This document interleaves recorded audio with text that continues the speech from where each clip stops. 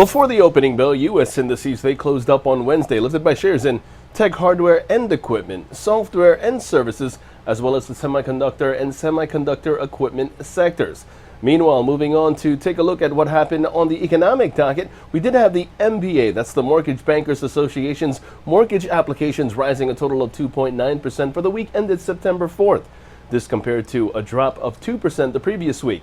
U.S. job openings increased to 6.618 million in July. This all as 80% of S&P 500 constituents traded higher yesterday. Now, after the markets closed, GameStop reporting a wider than expected loss per share of $1.71 during the second quarter. Sales falling nearly 27%.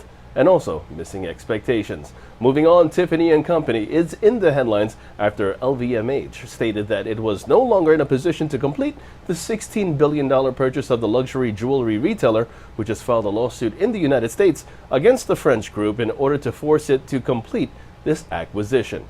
Now, taking a look at expectations today on the economic docket, well, on the earnings front, that is. First, there are no major earnings expected, so now we go to the economic docket. On the economic docket, before the opening bell, we have the release of both initial and continuing jobless claims figures, as well as PPI and core PPI figures. Right after the opening bell, 10 o'clock in the morning, we have the release of wholesale inventories. Taking a look now at the markets, the S&P 500, that's where we begin. That sees 3436 in sight. The Nasdaq moving on sees an intraday support around a total of 11,180, and that's in focus as the relative strength index is mixed with a bullish bias. Long positions above 11,180 are favored with targets at 11,460 and 11,560 in extension, while the Dow Jones sees the bias remain bullish.